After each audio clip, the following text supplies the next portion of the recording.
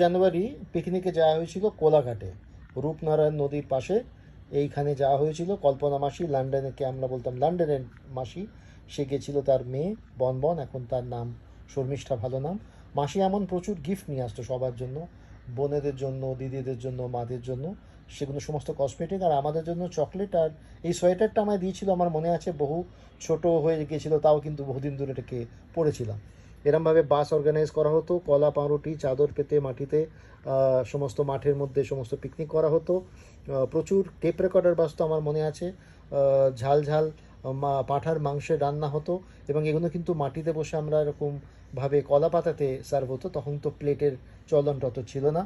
আর দাদারা এবং মামারা মাছ টাছ ধরতো।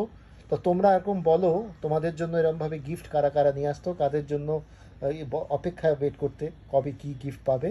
কমেন্ট করো সেকশানে, তাহলে ভালো লাগবে।